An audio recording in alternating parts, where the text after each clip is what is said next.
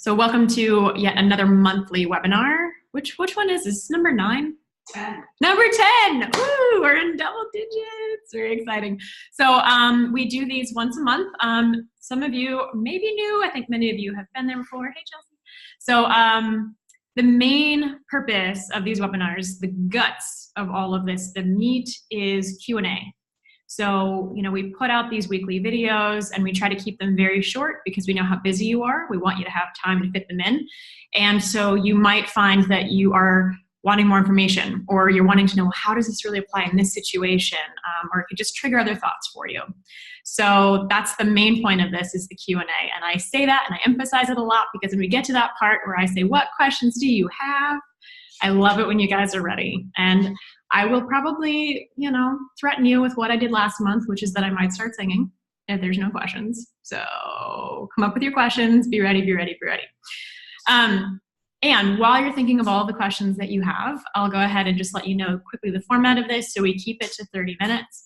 I give you a brief overview of the agenda, which is what I'm doing now. And then I go through, this is what the content has been most recently. And you are not limited to just that. So if you've watched other content, because maybe you went through our Make a Path feature, we made a path for you, and you've watched something else because we thought it'd be really helpful, you're welcome to ask us questions about any of the content that's on the site. Even if there's not content on the site, but it's a question that you have that you think we can help you with, I welcome you to ask those questions. We'll do our best to answer. I almost always have opinions about stuff. Anybody that works with me knows that's true. But I also welcome input from the community as well. So when you all have questions, if you're looking for ideas, one of my favorite things about this growing community is the community. So we're going to go over Q&A, and then I will let you know, here's the content that's coming up. So we have our content calendar worked out pretty much for the first half of the year. So I'll tell you what's coming up. We welcome you to let us know what content you'd like. So we've definitely done that before. In fact, we're currently in the middle of our Overcoming Perfectionism and Imposter Syndrome series. And I believe that that was something that was requested by one of our fabulous members. So it is real. If you guys want something from us and you haven't quite found it, we can either point you in that direction, or you can give us ideas for what kind of content would be most valuable. And then, of course, we always welcome feedback about the site as a whole. So anything about the website itself, how it's structured, or anything about your experience as a member. So the emails that we send, or if you're on our Slack workspace, how we can make that a better experience for you. This is our one of our favorite ways for that kind of two-way communication. So that is our plan and our agenda for today. And Chelsea has promised that she has at least one question. Rock on. Thank you, Chelsea. All right, cool. So we are almost to the Q&A part. So get them ready. And, Chelsea, we know you'll have one, which is fantastic. If anybody else has one, you can jump into. The last part before we get to the Q&A is I just give you a quick reminder of what content we have put out on the site since our last monthly webinar. Again, you're not limited to that, but it's where you can choose to begin. So in our last webinar, we were partway through our How to Have a Kick-Ass 2019 series that was focused mostly on goal setting. And we are now partway through our series on overcoming perfectionism and imposter syndrome. So that would be some of the newest content that has come out since we were last in this fabulous webinar format. And I'm just about at the point where I will welcome any questions. So questions on goal setting, overcoming perfectionism, imposter syndrome, or anything else on the site, or really anything you think we can help with. Questions, what do y'all got? Go. So on the webcast or the video from this week, you talked about fixed mindset versus growth mindset, and using the word yet, like you're not an Olympic figure skater yet. What tools do you have for like introspection on what are those things that we want to put our effort, that I should be using I. It could be using I. You're back in the Orlando vicinity, so I have to practice language. Gotta watch out. I might be listening to you when you're at lunch. Yeah. So how can I think about where do I want to focus my energy on? Because I can't be, Olympic athlete level at everything. Yeah, So absolutely. Oof. Okay. So if that makes sense. I think the question that you're asking is really centered around this concept that I think it's called essentialism, or at least I recently read a book called Essentialism, which part of that is, you can only do so much. And the more we try to do a million things, the more we're going to be only kind of mediocre at all of them, or barely move anything forward. So I think what you're asking is, okay, just because I can grow at anything, just because I could be amazing at anything, doesn't mean that I'm obligated to, for one. And so how do I know where to focus my energy on where I want to grow? Is that the question? Yes, much more eloquent. I am not eloquent yet. Well, I don't know if it was eloquent. I was probably rambling, but thank you. So for me, I like to think of a Venn diagram of where do I feel like I have a natural talent that I really love to do. I love it, and I'm already decently good at it because that's my main sweet spot. So where those 2 points overlap is usually where I think it's worth investing the most in. And that's where I would want to start. However, the flip side of that would be, gosh, is there one area of my life that I consider this to be a weakness right now, and it's really getting in my way? So I could also choose to look at what do I think are my current list of weaknesses, and man, if I could just get this one weakness, up a couple notches, I think that would have a really big impact on my effectiveness. So those are two sort of early ideas that I have in answer to your question. Are those helpful as a starting point? Yeah, for sure. And I think that will definitely help me get started on figuring that out. Yeah, and Chelsea, if I could jump in too and add, in addition to what Laura said, all the work that we do, ultimately it comes back to the self, and at the heart is that self-concept. And so really what you need to be asking yourself is this really a part of my self-concept? You're not worried about perfectionism around something that isn't a piece of your ideal self-concept. So for me personally, I really don't have any perfectionist tendencies around ice skating. It's just, at 6'4", 250 pounds, it's not, I just don't see myself. Hey, self-limiting beliefs, Philip. I mean, come on. You could do some triple axles. Self-concept, I mean, I could get better. I could definitely get better at it than what I am. Holiday party. It'd absolutely be a yet. But I don't suffer personally with perfectionism or feeling a sense of inadequacy about my ice skating abilities. So I think that's a big piece of it. There's the universe, but then there's really who are you and how you define yourself from a self-concept perspective. And then what are those areas where you feel that inadequacy between your ideal self and your current perception of yourself. And that's really where we get the defensiveness, the defenses start to pop up. I wonder too, if I can pipe in for a second, if part of your question is something about the way it feels in the moment when you notice it, and having the awareness about that so that you can discover what the trigger is that's causing that limiting belief or that sort of adjusted framework where you can make a positive decision to find something like Laura recommended.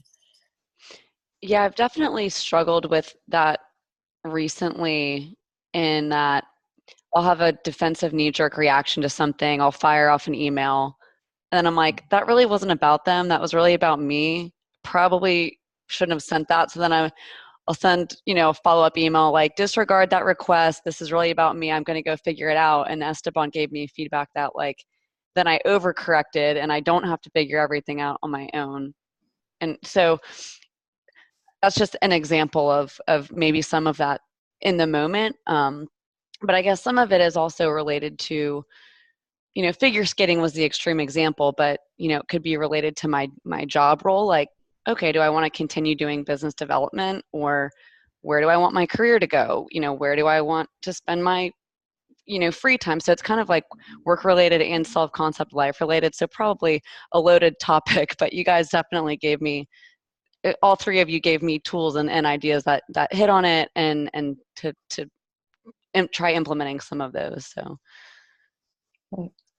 Yeah. Awesome. Thanks. And if anybody else who's on the call has a thought, or if that triggered another question, I welcome any input or the next question.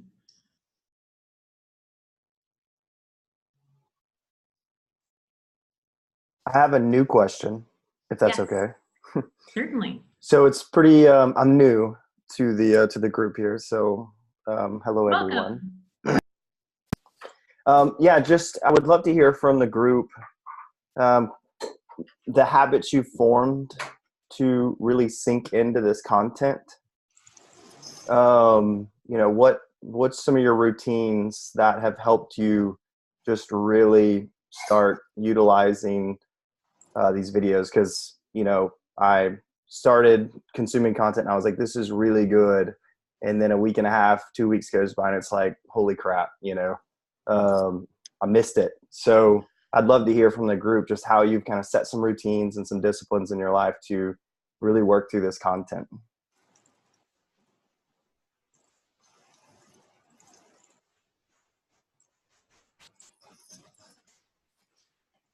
I'd like to ask you a question, if I may. So you said that the first one was effective for you, and you noticed that there was a shift. So I wonder for yourself how you can find that inspiration. Good question.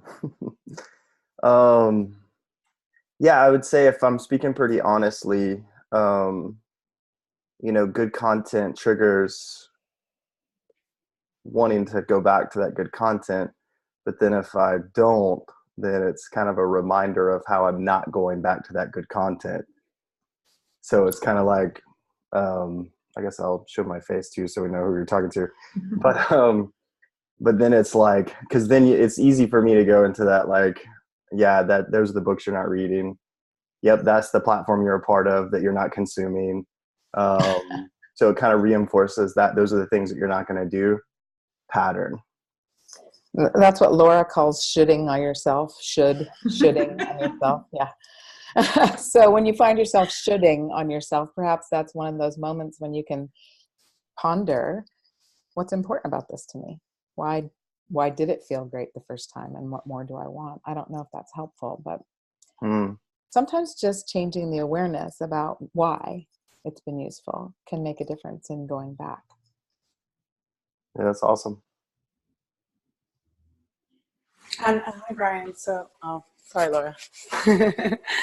So I started working for Laura about 2 years ago now, and like with working for Laura, I was like fully immersed into all the stuff, and I had the same thing. I was like, there's literally too much, and then I started to let go of like I can't get everything done to just like I'll get there when I get there, and I also stopped the shoulding all over myself. Like I was like, I can't do everything, but let's just do what I can do and not beat myself up if I can't watch 2 videos. Like I'll just watch 1 video, or I'll just read 1 thing. I'll just do 1 little exercise. It's little steps. It's awesome. Thank you. Of course. I know for me, I have to design in specific times to do things like that. For me, in my life, it's really early in the morning before the day gets started. If I get into the office, and 30 minutes or so before everybody else typically arrives, that gives me 30 minutes to do some take care of me stuff for my own personal development, and maybe have a couple of minutes to think about planning the day and strategizing a little bit before the crazy starts. So I just try to build in intentional periods into my schedule like that.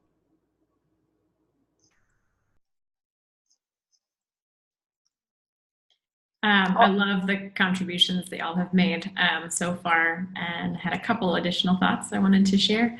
So one is that I think for us as an internal team who put out this content for you all, if there was only one habit that we could reinforce or create, it would just be Monday, go to the dashboard, watch the video.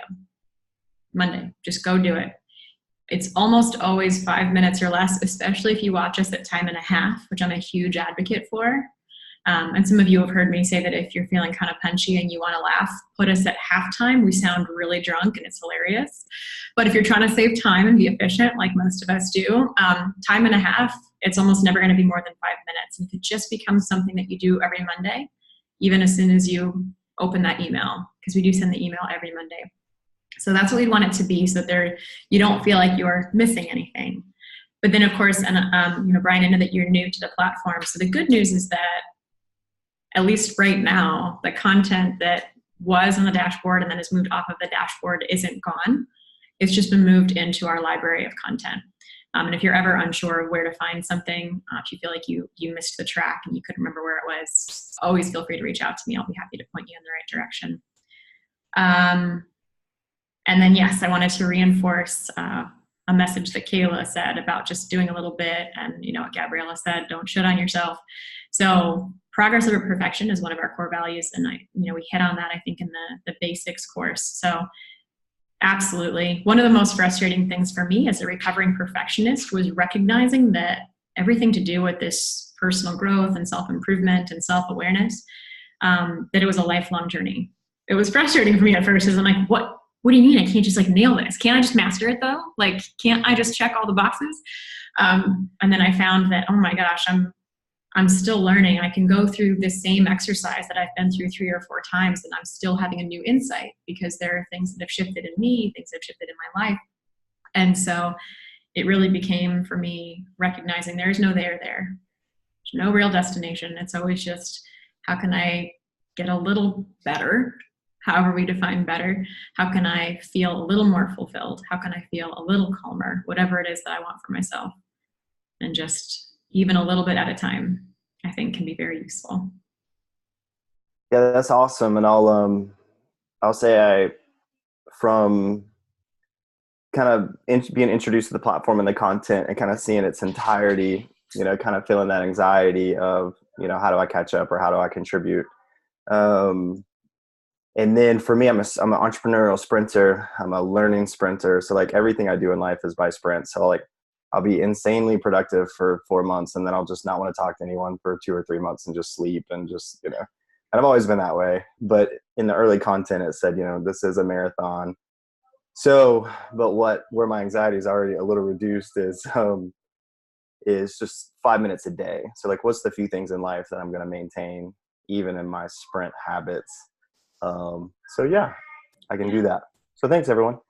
I appreciate what you said, and I really like that what we've heard is different perspectives. Laura says Monday mornings, and that's a habit, and Philip says, put the time in, and I'm sure if we went around the room, everyone would have a different strategy. I also am time crunched, and I just listen.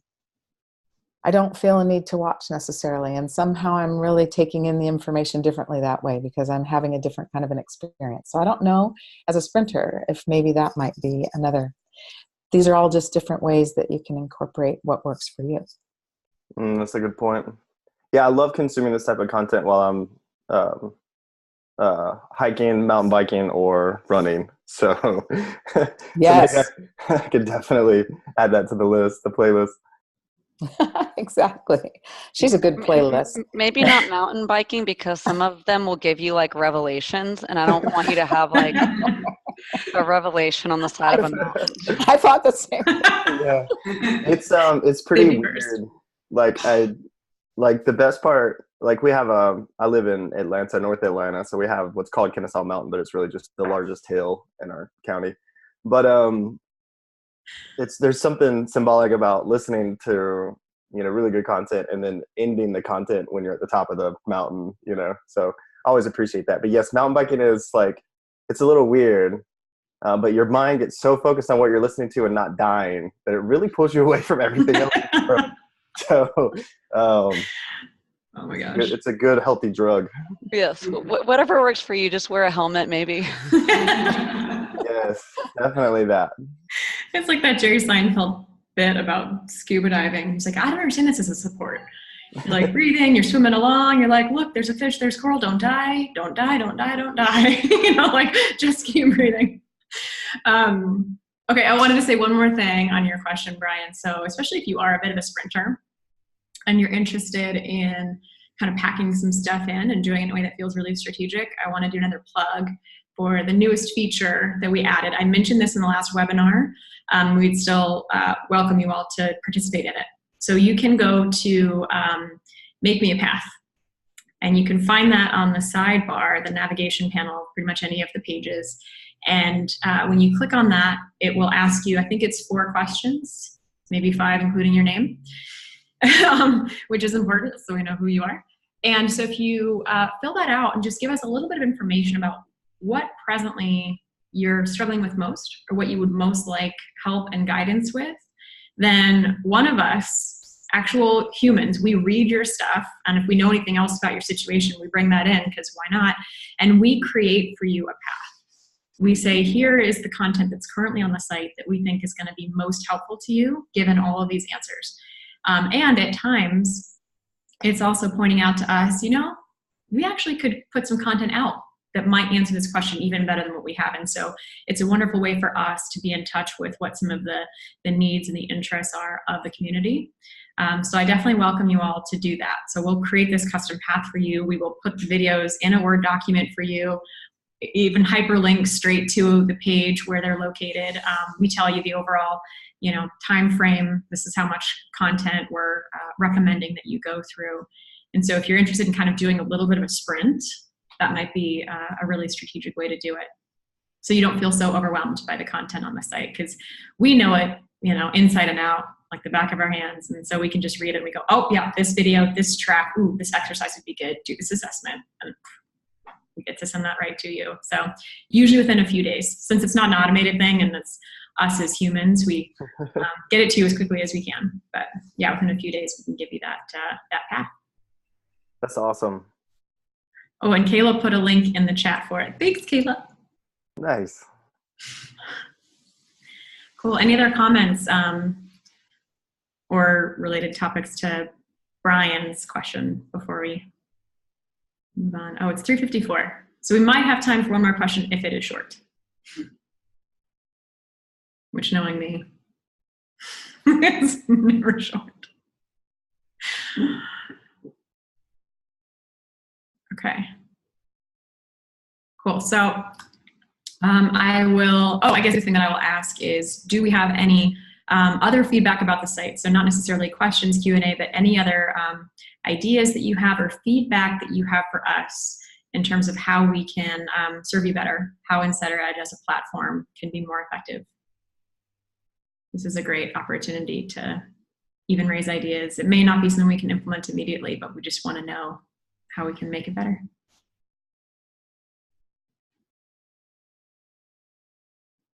Okay, Looks like it's perfect. It's perfect. I think I'm still struggling with not the site itself, but getting like team engagement. Like one suggestion you gave us in the past was like the optional like weekly lunches, and then we're kind of alternating every other month. We'll do like weekly lunches and weekly coffees, but I think I'm still struggling with like there's like 2 or 3 of us that seem to watch it consistently, and then other people consistently don't use it, and I don't know if it's something I should even care about or not. But so it's not the site itself, it's like getting team engagement from the rest of our team. Yeah. So Chelsea, have you had a chance to use any of the Leaders Toolkits that we've Yes, it's been super effective. I've used it mostly with onboarding new people, and that's been like super effective. We go through the basics modules and then the openness track with the Leaders Toolkit, and that's been really effective. I don't know if I've used them for anything else, like during the weekly lunches. That the weekly lunches, we either talk about the content or just like any scenarios that they might have dealt with that week internally or with the client that they want to talk about. Okay. Well, I'm happy to hear the LTK has been helpful for you in onboarding new people and taking them through some of the existing content, gives you some questions to create some of that interaction. Mm-hmm. So this doesn't necessarily answer your question in terms of getting them involved with the weekly new content whenever it's coming out, but if there are other subjects that you think, you know what, this would really be helpful for us to focus on, planning something that's maybe separate from that weekly culture lunch could be, setting up one of those could be a 30, 45-minute session that's, hyper focused on one particular topic. And, you know, as you know, if there's something that we have not yet created a Leaders Toolkit document for, say, hey, I really want to, you know, do something with the team around this track. Can you put together an LTK for me, and I'll make sure that we add that into our content calendar to get it out to you. Okay. So that's definitely one thought. And then curious if anybody else has ideas, or Philip, if you want to jump in to answer Chelsea's question / request. So this is Caitlin from, how are you? Hi, Caitlin. Hi. So what our team has been doing is, like you guys said, weekly we've been getting together and watching one video, and then just kind of talking about, ooh, that was a hard hitting point, or ooh, that resonates with me because this is an experience I'm experiencing. And that's been really helpful. I think also to hear people are experiencing the same things you're experiencing, or, you know, talking through it. It allows for that openness I think you're looking for. Also because you can talk about, it gives you a conversation starter. Very cool. So Caitlin, did you say that you're watching the video together as a group and then having a discussion right after? Okay. Yeah. Very cool. Thank you. Yeah. And Chelsea, I was just remembering we've got, on the Leaders Toolkit page, LTK, we could maybe do something to make it more obvious, but I believe that there is a link towards the top that says, here are some general ideas for how you can get your team engaged in this. And so you probably did look at that when we first put it out, but that might be a resource worth revisiting to see if there are some ideas there.